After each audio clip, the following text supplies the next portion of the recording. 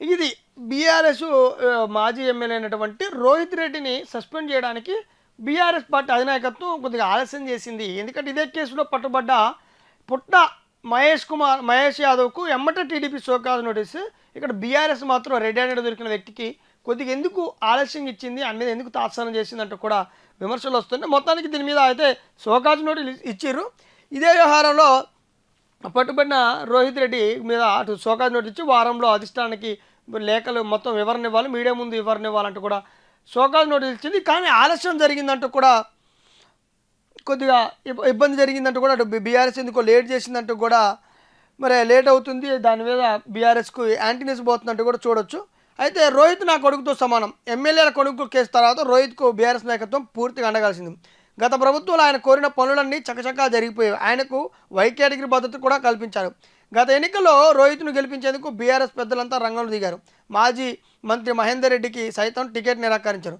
అప్పట్లో ఈ స్థానం నుంచి కాంగ్రెస్ తరపున బరిలో దిగేందుకు యత్నించిన ఆ పార్టీ మాజీ ఎమ్మెల్యే పారిశ్రామికవేత్తను కూడా పోటీలో లేకుండా చేశారు. ఇందుకోసం బీఆర్ఎస్ అగ్రనేత కాంగ్రెస్ మాజీ ఎమ్మెల్యే వ్యాపార భాగస్వామి ప్రముఖ వ్యాపారవేత్తని పిలిచి హెచ్చరించారు. రోహిత్ నా కొడుకుతో సమానం, అక్కడ అతనే గెలవాలి, ఏం చేస్తావో తెలియదు, మీ పార్ట్నర్ తాండూరులో కాంగ్రెస్ నుంచి పోటీ చేయకూడదని హెచ్చరించి పంపారు. దీంతో సదరు వ్యాపారవేత్త తన భాగస్వామితో నువ్వు పోటీ చేస్తే మనకి ఇబ్బంది అని విరమించుకోవాలని నచ్చజెప్పే యత్నం చేయగా ఇద్దరి మధ్య పెద్ద వివాదమే జరిగింది. చివరకు వ్యాపార భాగస్వామి విడిపోయారు. మాజీ ఎమ్మెల్యేకు తాండూరులో కాంగ్రెస్ టికెట్ దక్కలేదు.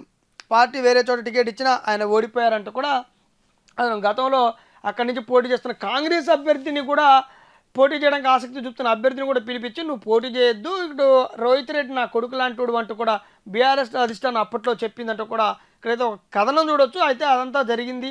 ఈ నేపథ్యంలో అక్కడ పార్ట్నర్ పోయి ఆయనతో మాట్లాడి వాళ్ళిద్దరూ విడిపోయారు పార్ట్నర్ తప్పితే రోహిత్ రెడ్డి మీద అయితే ఆయన పోటీ చేయడానికి ఆస్కారం లేకుండా చేశారంటూ రోహిత్ రెడ్డి కన్న కొడుకులా బీఆర్ఎస్ అప్పుడు అధిష్టానం చూసిందంటూ కూడా ఇక్కడ చెప్పడం జరుగుతుంది. మొత్తానికి అసలు నిజంగా అంత జరిగిందన్న విషయం పక్కన పెడితే రోహిత్ రెడ్డికి మాత్రం షోకాజ్ నోటీసులు ఆలస్యంగా ఇచ్చింది బీఆర్ఎస్ అంటూ కూడా ప్రతిపక్షాలు విమర్శలు చేస్తున్నాయి. ఆయన మీద ఎందుకు అంత ప్రేమను చూపుతున్నాయంటూ కూడా రెడ్డి అనేది దొరికిన వ్యక్తి మీద ఎందుకు అంత ప్రేమను చూపుతుంది. ఇటు కవిత సొంత కూతురు కవితను ఎమ్మటే యాక్షన్ తీసుకున్న కేసీఆర్ ఇటు మీద రోహిత్ రెడ్డి మీద ఎందుకు లేటుగా తీసుకున్నట్టు కూడా విమర్శలు వస్తున్నాయి.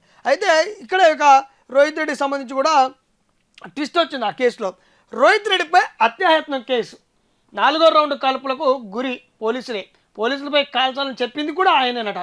సిట్ విచారణలో వెల్లడించిన ఇతర నిందితులు రితీష్ రెడ్డి గన్ లైసెన్స్ రద్దుకు సిఫారసు, ఫామ్ హౌస్ సీజ్ చేయాలని రెవెన్యూకు సమాచారం, జోరుగా సాగుతున్న సిట్ దర్యాప్తు, రిమాండ్లో ఉన్న ముగ్గురికి సిట్ పిటిషన్ అంట. ఇక రోహిత్ రెడ్డి వ్యవహారం మొత్తం అలచలవుతుంది, సంచలనంగా మారిపోతుంది. అందులో కేసులో కూడా కొత్త ట్విస్ట్ వస్తుంది. సిట్ ఏర్పాటు చేస్తారు, సిట్లో బాగానే వాళ్ళు సిట్ ఏమి ఏర్పాటు చేయడంతో పాటు కస్టడీ సిట్కు వాళ్ళు ఒక సూచన చేసిరంట. రితీష్ రెడ్డి చేసినటువంటి గన్ లైసెన్స్కి ఫస్ట్ లైసెన్స్ రద్దు చేయాలి అండ్ ఇప్పుడు పోలీసులు వస్తున్నప్పుడు వాళ్ళు తప్పించుకోవడానికి డైరెక్ట్గా పోలీసుల మీదనే అటాక్ చేసినట్టు కూడా వాళ్ళ అధికారులు సిట్ విచారణలో వెల్లడించిన ఇతర నిందితులంట. అయితే ఏమని నిందితులు వెల్లడించారని చెప్తారు. ఏంటంటే 4వ రౌండ్ కాల్పులకు గురి మాత్రం పోలీసుల మీదనే పెట్టారంట. అటాక్ పోలీసుల మీదనే చేశారంట తప్పించుకోవడానికి. గాల్లో ఏం చేయలేదు. 4వ రౌండ్ కాల్పులు మాత్రం ఖచ్చితంగా పోలీసుల మీదనే చేయడానికి చేశారు. అది కూడా పోలీసులు మీద చేయమని చెప్పింది రోహిత్ రెడ్డి అంటూ కూడా అక్కడ నిందితులు సిట్ ముందు చెప్పినట్టయితే ఒక కథనం వెలువడింది.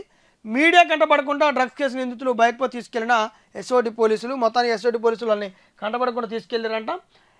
అయితే ఇప్పటికే సిట్ మాత్రం కీలక సమాచారాన్ని సేకరించిందంట, రాబట్టిన సిట్ అంట. తొలి రోజు కీలక సమాచారం వచ్చిందంట. ఆ సమాచారమే ఏంటంటే కీలక సమాచారమే 4వ రౌండ్ కాల్పులు పోలీసుల మీదనే గురిపెట్టడం అంటూ కూడా తొలి రోజు సిట్ విచారణ నిందితులు ఒప్పుకున్నారంట.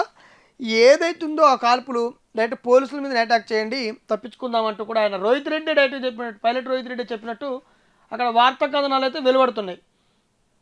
ఎంతవరకు నిజమని చూడాలి. తర్వాత ఇక అసైడ్ భూములనే ఫామ్ హౌస్ అంట. ఫామ్ హౌస్ నిర్మాణంపై కొన్నేళ్ళుగా వివాదం నడుస్తుంది. ఈ భూమి అంతా అసైడ్ భూమి రెవెన్యూ అధికారులు చెప్తున్నారు. ఈ భూమికి నకిలీ పత్రాలు సృష్టించి పాస్బుక్ తీసుకున్నట్లు ఆరోపణలు సైతం ఉన్నాయి. రెవెన్యూ అధికారుల ఆదేశాలు ఏమన్నట్టు త్వరలో దీని మీద రెవెన్యూ ఆ ఫామ్ హౌస్ కూడా అసైడ్ భూములకు సంబంధించిందంటే అది పట్టాలు ఏదో మార్పులు చేర్పులు చేసి అంతా అప్పుడు ఆయన అధికారంలో ఉన్నప్పుడు ఏదో చేసిండు అంటూ కూడా మొత్తం వస్తుంది. దీని మీద త్వరలోనే రెవెన్యూ శాఖ కూడా ఒక నిర్ణయం తీసుకోబడుతుంది. అన్ని కోణాల్లో విచారణ లాస్ట్కి సుధీర్ బాబు ఏమంటుందంటే కాల్పులు డ్రగ్స్ కేసు విచారణ అన్ని కోణాల్లో సాగుతుందని future city commission Sudheer Babu ప్రకటించారు.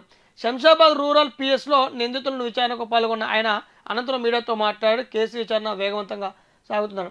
ఇది సిటు మాత్రం విచారణ వేగవంతంగా చేస్తుంది. ఈ విచారణలో భాగంగా తొలి రోజే కీలక నిర్ణయాలు వచ్చినట్టు కూడా కీలక సమాచారం వచ్చింది, సేకరించినట్టు కూడా చెప్తుంది. ఇక ఫామ్ హౌస్ ఏమో అసైన్ భూముల్లో తీసుకొచ్చినట్టు, దాని మీద కూడా రెవెన్యూ అధికారులు తక్షణ చర్యలు తీసుకోబోతున్నట్టు, దాని మీద పూర్తి నివేదికలు రానుండేది తెలుస్తుంది. మొత్తం ఓవరాల్గా పైలట్ రోహిత్ రెడ్డి మాజీ ఎమ్మెల్యే, మాజీ ప్రతినిధి అయినటువంటి ప్రజాప్రతినిధి అయినటువంటి ఆయన మీద ఆరోపణలు మాత్రం తీవ్రస్థాయిలో వస్తున్నాయి. మరి యాక్షన్ ఎలా ఉంటుందో కూడా ఫర్దర్గా చూడబోతున్నాం మనం కూడా. ఇటు బీఆర్ఎస్ అయితే ఇప్పటికే షోకాజ్ నోటీసులు ఇచ్చింది. దాంతోపాటు ఫామ్ హౌస్ కూడా నకిలీ అంటూ ఫామ్ హౌస్ భూములు కూడా ఏమైనా అసైడ్ భూములు అంటూ కూడా వార్తా కథనం వస్తుంది. ఇక డైరెక్ట్గా గన్ అయితే రితేష్ రెడ్డి గన్ అయితే డైరెక్ట్ పోలీసుల మీదనే గురిపెట్టినట్టు తెలుస్తుంది, పెట్టిండని వార్తా కథనాలు వెలువడుతున్న నేపథ్యంలో ఫర్దర్ స్టెప్ సిటీ ఎలాంటి సమాచారాన్ని సేకరిస్తుంది, ఫ్యూచర్లో అతని మీద ఎలాంటి శిక్షలు ఎలాంటి యాక్షన్లు తీసుకోబోతున్నది చూడాలి.